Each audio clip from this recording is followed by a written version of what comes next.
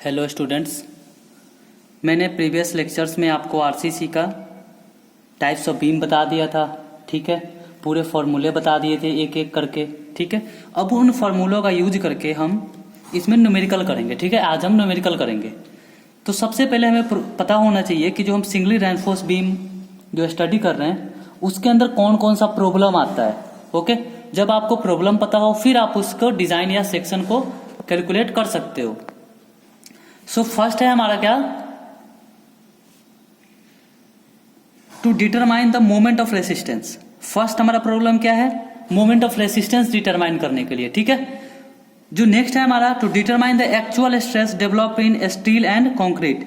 जो actual stress developed हो रहा है किसमें, बीम और स्टील और कंक्रीट में। ओके, और जो थर्ड आता है हमारा, टू डिजाइन द सेक्शन। ठीक है, मोमेंट ऑफ रेसिस्टेंस एमआर। ठीक है, नेक्स्ट आया आपको यहाँ sigma S T find out करना है, सिग्मा सीवीसी फाइंड आउट करना है। नेक्स्ट में क्या आया, उसके बाद एक सेक्शन ही डिजाइन करना है। जैसे ये सिंगली रेनफोर्स बीम है कोई, इसको हमें इसमें तो कितना रेनफोर्समेंट लगेगा। ठीक है, क्या बीम का सेक्शन होना चाहिए जो लोडिंग कंडीशन है उसको कैरी कर सके। ओके, सो स्टूडेंट्स, हम बात करेंगे सबसे पहले to determine the moment of resistance of the given section. हम सबसे पहले moment of resistance of given section का बात करेंगे।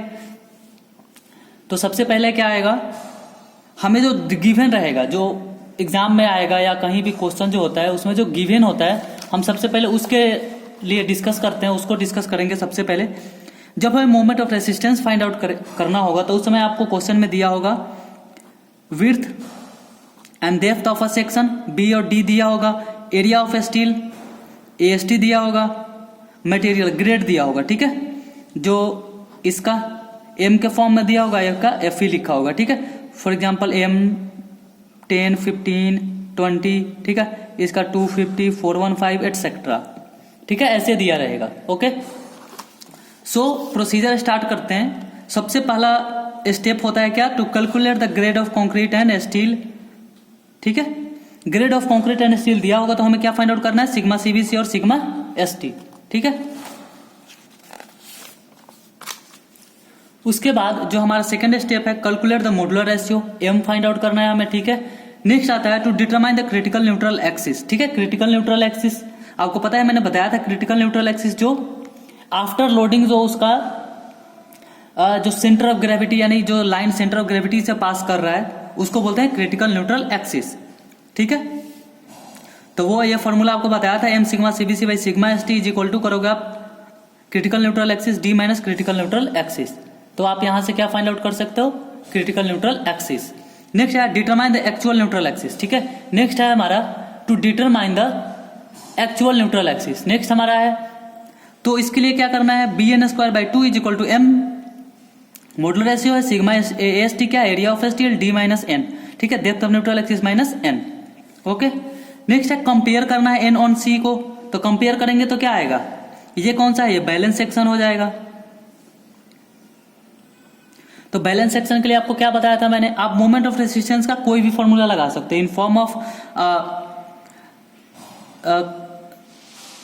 In the form of stress in being stress in concrete, और नेक्स्ट आया in the form of stress in steel. ठीक है, दोनों फॉर्म में आप इसमें फॉर्मूला यूज कर सकते हो। ठीक है, ये पहला फॉर्मूला है, ये दूसरा फॉर्मूला है। Next, if N is less than N C means under reinforce section, under reinforced section.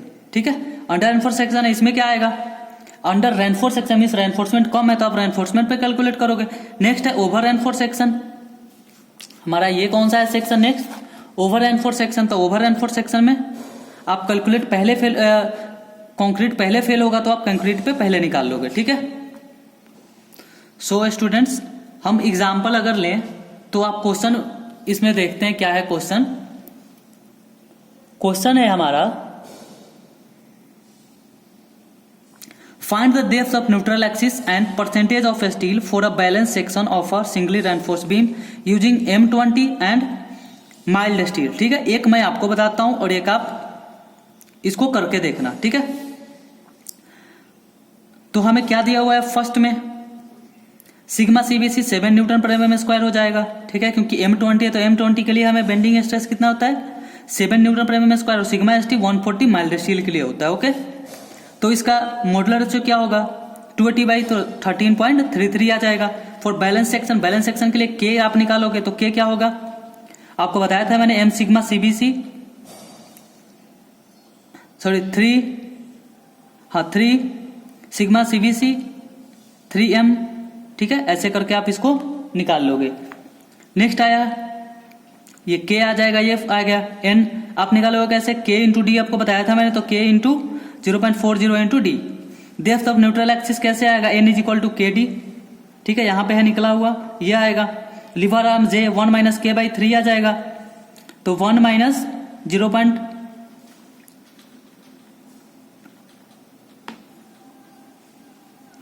ठीक है, ये आएगा 1 minus 0.3 into 0.4 into 3 is equal to 0.867 आ जाएगा, जे हमारा आ गया।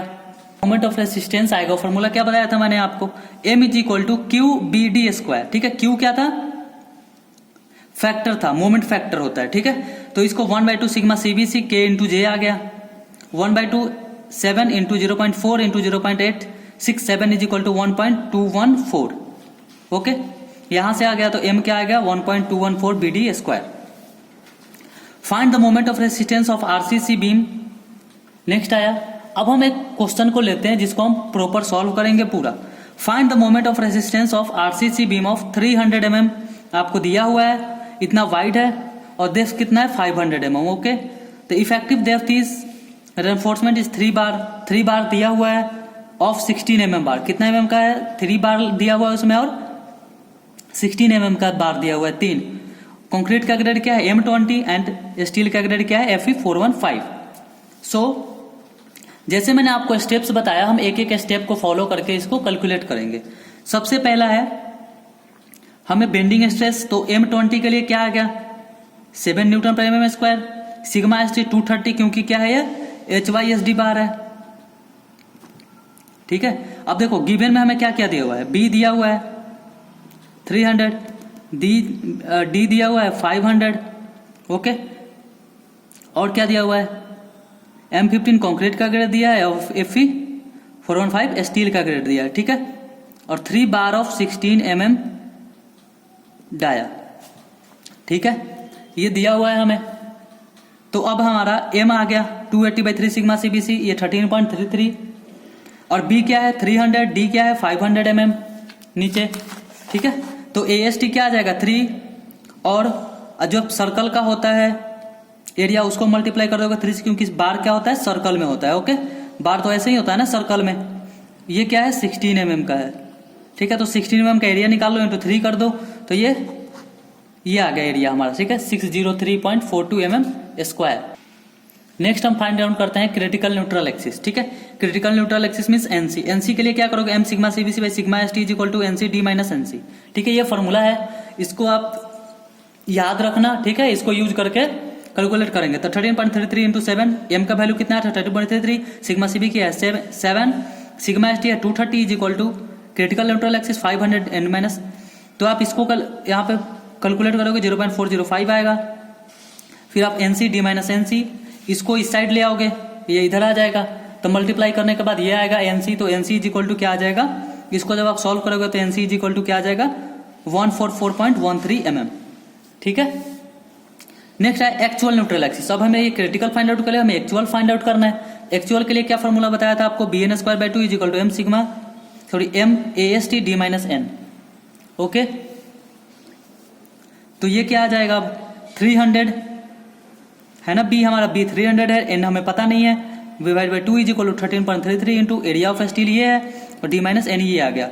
ये हमने सॉल्व किया इसको, ठीक है, इसको इधर ले जाकर डिवाइड करके ये सॉल्व किया, तो ये इक्वेशन बना। अब इस इक्वेशन को हमें क्वाड्रेटिक इक्वेशन से सॉल्व किया इस चीज को, ठीक है, ये a है, b है और c है, तो हम इस चीज को क्वाड्रेटिक इक्वेशन से हमने सॉल्व किया।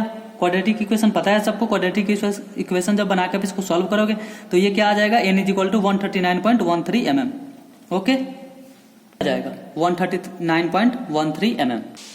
अब नेक्स्ट हम दोनों को कंपेयर करेंगे, ठीक है, ताकि सेक्शन हमें पता चले कौन सा सेक्शन है। n is less then nc, यानी अगर आप ऐसे एक फिगर बनाओ तो आपको मैंने बताया था ये NC है और ये N है, ठीक है। तो ये क्या ऊपर शिफ्ट हो गया, ऊपर शिफ्ट हुआ, ये AST है, ये ऊपर शिफ्ट हो गया ना ऊपर, तो मीन्स NC क्या है, NC is greater than N, so section is under enforced section, under enforced section. Okay, अब M निकालना है हमें, sigma S T into AST_D-N/3, ठीक है। ये बताया था आपको कि अगर रेनफोर्स सेक्शन पहले फेल होता, अंडर रेनफोर्स मीन्स रेनफोर्समेंट पहले फेल होगा लोड पे, तो हमें कौन सा फॉर्मूला लगाना है मोमेंट के लिए, रेनफोर्समेंट का लगाना है, यानी M = T × Z, ठीक है। तो ये आ गया T, Z ये है, तो 230 × 603.42 AST हो गया, ये सिग्मा ST है इसका, और ये क्या परमिसिबल स्ट्रेस इन स्टील होता है। उसके बाद 500 139.3, ठीक है। हमने ये कौन सा यूज किया, क्रिटिकल वाला यूज, एक्चुअल वाला यूज किया, ठीक है, एक्चुअल। उसके बाद MR क्या आ गया, इसको कैलकुलेट करोगे आप जब, तो ये 62956840 न्यूटन MM आया, ठीक है, न्यूटन MM आ गया। आप किलो न्यूटन मीटर में चेंज करोगे तो 62.95 आ गया, ठीक है। ऐसे और क्वेश्चंस आप करना, मैं आपको नेक्स्ट लेक्चर में कुछ प्रीवियस ईयर क्वेश्चन इसी के रिगार्डिंग बताऊंगा, ठीक है, जो पेपर में पूछे गए हैं। Okay, so thank you students. अगर आपको कोई भी प्रॉब्लम हो इसके रिलेटेड तो आप हमें कांटेक्ट कर सकते हो। Okay, thank you.